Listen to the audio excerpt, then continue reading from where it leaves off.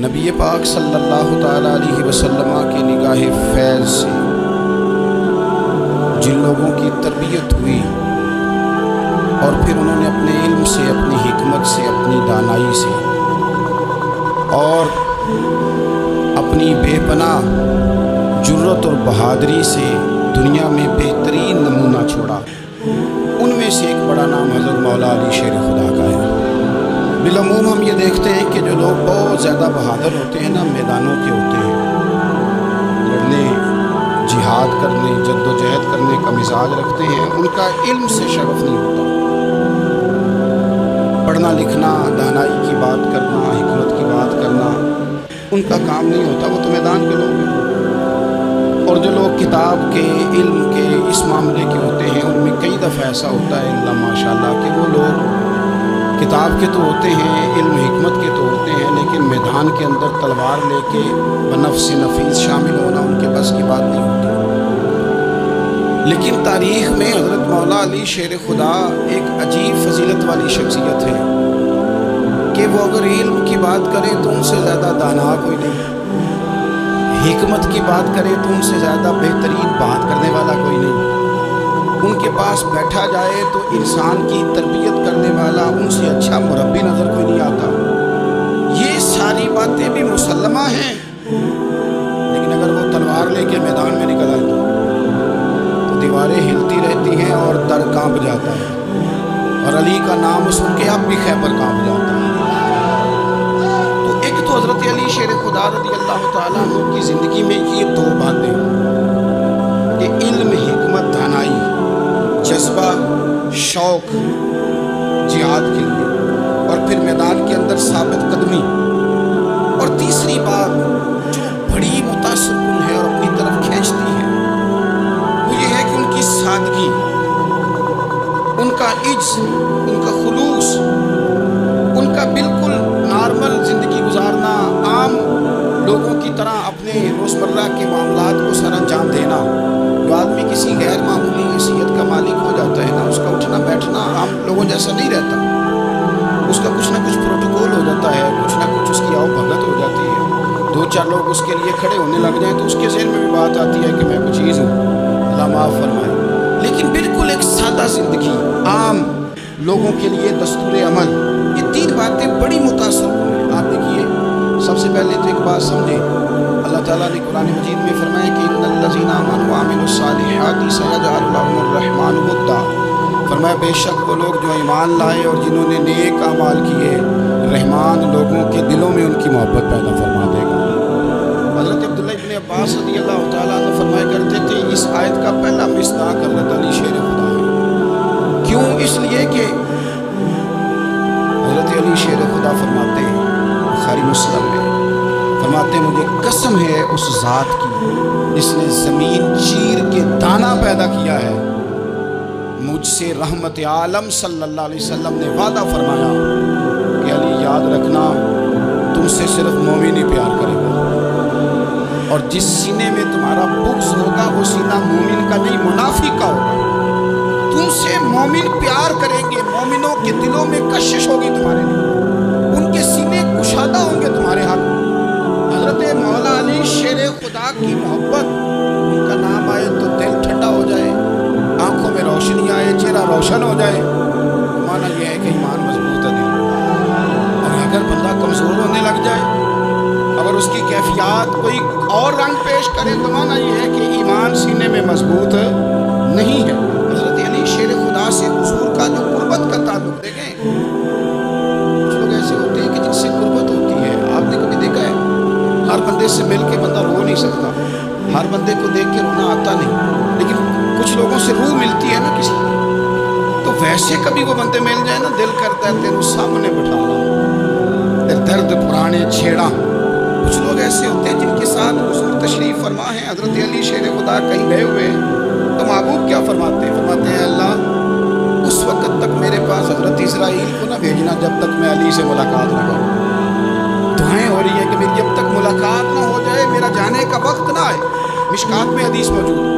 تو سرور کائنات علیہ السلام کا جو ان کے ساتھ قربت ہے، حضور کا جو ان سے پیار ہے، حضور نے ہر مہاجر کو ایک انصاری کا بھائی بنایا، انصار کے اندر چارہ قائم فرمایا، اور یہ تاریخ کا وہ والا بھائی چارہ ہے جس کی نہ اس سے پہلے کوئی مثال ہے، نہ قیامت تک دوبارہ کوئی مثال دی جا سکتی ہے۔ بھائی جب سگے بھائی جب شادی شدہ ہو جاتے ہیں نا، ان کی اپنی اپنی جیبیں ہو جاتی ہیں، اپنی اپنی گفتگو ہو جاتی ہے۔ 6 ماہ کے بچے کے بارے میں وہ کہنے لگ جاتے ہیں میں نے بچوں کا بھی تو کچھ بنانا ہے۔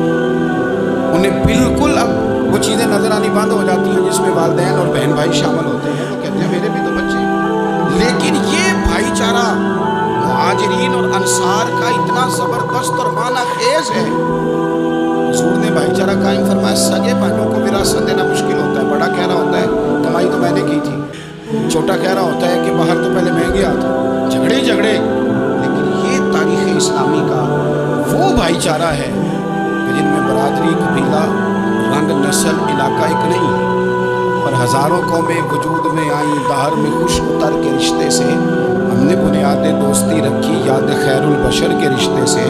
اور اقبال نے جن انداز میں اس مضمون کو بیان کیا ہے وہ انداز ہی نرالا ہے۔ اقبال فرماتے ہیں خاص ہے ترکیب میں قوم رسول ہاشم، بننے میں کوئی ان کی ترکیب بھی کوئی خاص ہے۔ حضور نے بھائی بھائی بنا دیا۔ اب بھائی جن کو دینی اسلامی مذہبی بھائی بنایا ہے وہ دوسرے بھائی کے بارے میں کیا ذہن رکھتا ہے؟ وہ کہتا ہے کہ میرے بھائی میرا کاروبار بھی یاد تیرا، جائیداد بھی یاد تیری، کیونکہ تو میرا بھائی ہے تو رسی لے کے پیمائش کر لے، میں اپنا گھر بھی بانٹ کے آدھا تجھے دینا چاہتا ہوں۔ جب اس قدر زیادہ لوگوں کی نظریاتی پختگی ہوئی اور لوگ اس قدر زیادہ مزاج رکھنے لگے تو پھر ایک خاص قربت کا ماحول وہاں نظر آیا۔ پھر وہ جو مہاجر بن کے آئے تھے اور بہت زیادہ جن لوگوں نے جہاد کیا تھا، جدوجہد کی تھی، گھر بار چھوڑے تھے، پھر ان لوگوں کو زیادہ دشواری نہیں ہوئی، زیادہ آزمائش نہیں ہوئی دل لگانے میں اور مدینے میں رہنے میں۔ بڑی آسانی سے وہ لوگ وہاں رہنے لگے اور بڑی جلدی ان کا مدینے سے اور اہل مدینہ سے پیار بڑھ گیا۔ تو میرے عزیز بھائیوں، حضور نے ہر انصاری اور مہاجر کو ایک دوسرے کا بھائی بنا دیا، سب کو بنا دیا۔ حضرت علی رہ گئے، اب یہ تو دونوں مہاجر ہیں۔ حضور بھی مکہ شریف سے آئے ہیں، حضرت علی بھی، بظاہر تو دونوں مہاجر ہیں، اگرچہ ساری زمین کے مالک رسول پاک ہیں۔ سب کو بھائی بھائی بنا دیا، تو اب ہر بندے کو بھائی مل رہا ہے اور بھائی بڑے پیارے ہوتے ہیں۔ میں کئی دفعہ کہتا ہوں کہ بھائی بڑے پیارے ہوتے ہیں، کچھ قرورتیں دنیاوی طور پر معاذ اللہ دلوں میں آ جاتی ہیں، لیکن بھائی کا درد جو بھائی محسوس کر سکتا ہے وہ بھی دوسرے کو محسوس نہیں ہوتا۔ تو حضرت علی جب کسی کے بھائی نہیں بنائے گئے تو رو ہی پڑے۔ اتنے دلیر بندے تھے پر بھائی کی ضرورت بندہ اتنی محسوس کرتا ہے، اس کو بھائی سے لگاؤ اتنا زیادہ ہوتا ہے کہ مولا علی رو پڑے، مشکات میں موجود روئے۔ حضور نے فرمایا کیوں روتے ہو؟ عرض کی حضور آپ نے سب کو ایک دوسرے کا بھائی بنایا ہے، میں رہ گیا ہوں، مجھے کسی کا بھائی نہیں بنایا۔ اب وہ آنسوؤں میں لپٹی ہوئی وہ بات حضرت علی نے عرض کی تو محبوب نے فرمایا علی انت اخی فی الدنیا والآخرہ، فرمایا علی تو میرا بھائی ہے اور نرا دنیا میں نہیں، تو دنیا اور آخرت میں میرا بھائی ہے، میرا بھائی ہے دنیا میں بھی اور آخرت میں۔ تو حضرت مولا علی شیر خدا کرم اللہ تعالیٰ وجہہ الکریم کے جو فضائل ہیں، جو ان کی خصائص ہیں، ان کی جو فضیلت کی باتیں، میں نے جیسے کہا کہ انہیں بڑی زیادہ دلچسپی تھی میدان جہاد سے، شوق شہادت ان کا دیدنی تھا۔ ایک موقع پر نبی پاک صلی اللہ تعالیٰ علیہ وسلم نے ارادہ فرمایا کہ حضرت علی کو اپنا نائب بنا کے مدینہ منورہ میں چھوڑ کے جایا جائے۔ محبوب کریم علیہ السلام جب بھی تشریف لے جاتے تھے تو کسی ایک کو نائب بنا کر مدینہ منورہ میں چھوڑ جاتے۔ حضرت عبداللہ ابن مختوم رضی اللہ تعالیٰ عنہ کو بھی ایک دفعہ حضور چھوڑ کے گئے تو ایک جنگ کے موقع پر محبوب نے حضرت علی شیر خدا سے کہا کہ آپ کو میں اپنا نائب بنا کے یہاں چھوڑ کے جاتا ہوں۔ یہاں لوگ جان چھڑاتے ہیں، کام کا جب وقت آتا ہے، میدان میں نکلنے کا وقت آتا ہے تو جان چھڑاتے ہیں، اور وہ کہتے ہیں کہ باقی سارے کام لے لو، جب وقت مشکل آئے تو پھر ہمیں کام نہ بتاؤ۔ اب مشکل وقت ہے، جہاد میں جانا ہے۔ حضرت مولا علی شیر خدا کرم اللہ تعالیٰ وجہہ الکریم کو حضور نے فرمایا کہ اس دفعہ میرا ارادہ بنا ہے کہ تمہیں چھوڑ کے جاؤں۔ تو حضرت علی کو چھوڑ کے جایا جا رہا ہے، ان کو مدینے میں رہنا ہے، میدان میں نہیں جانا۔ عام آدمی کتنا پسند کرتا ہے کہ میں آرام سے رہوں گا، لیکن حضرت علی کو اتنا شوق تھا میدان جہاد کا، اتنی تڑپ تھی ان کے دل کے اندر، عرض کرنے لگے یا رسول اللہ صلی اللہ تعالیٰ علیہ وسلم، رو پڑے، کہنے لگے اس ساری دنیا میدان میں جہاد کرے گی اور میں یہاں عورتوں اور بچوں کے پاس رہوں گا، میں یہاں عورتوں اور بچوں کے بیچ وقت گزاروں، حضور مجھے لے کے جائیں۔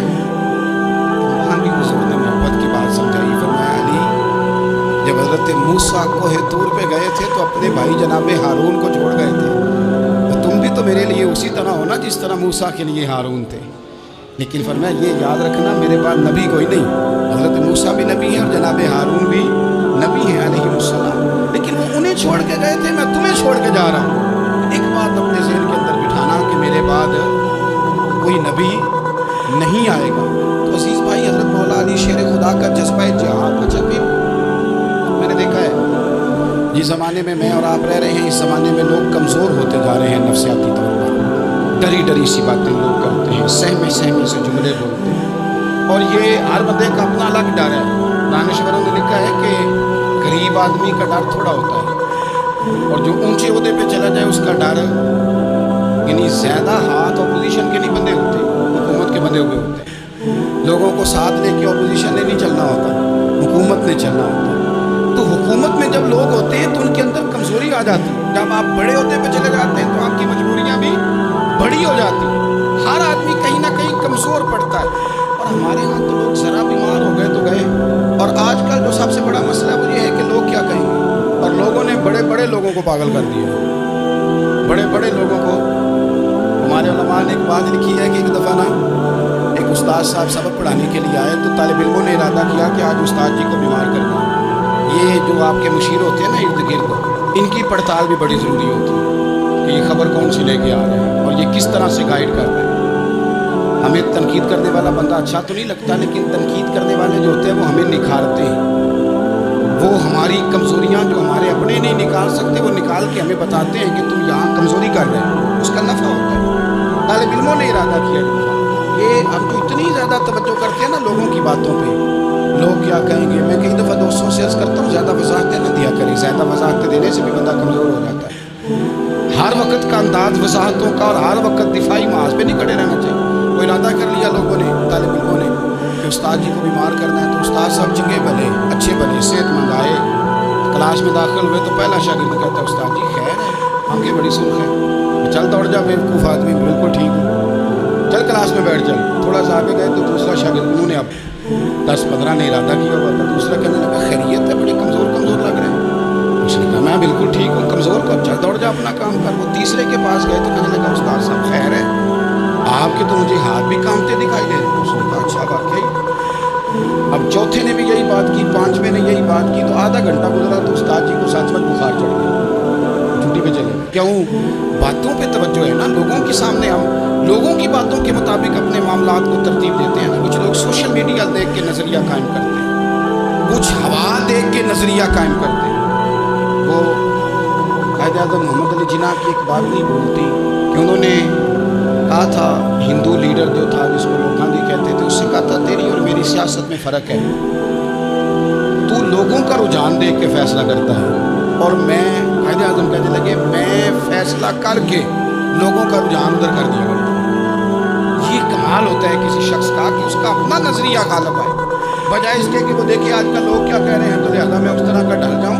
لوگ تو ایک وقت کے لیے کچھ کہتے ہیں، پھر اگلے 4 گھنٹوں میں کچھ اور کہتے ہیں. حضرت مولا علی کے مزاج میں استقامت ہے. اور جو لوگ جو بہت زیادہ پراپوگنڈا کرتے ہیں اور بہت زیادہ کسی کے بارے میں بات کرتے ہیں، ان کا وہ مزاج نہیں، ان کی وہ طبیعت نہیں. وہ اپنے حساب سے فیصلہ کرتے ہیں. ایک شخص تھا عمر بن عبد خود، 90 سال کا بوڑھا، لیکن جب تلوار لے کے میدان میں آتا تھا تو 1000 آدمی کے مقابلے میں لڑتا تھا.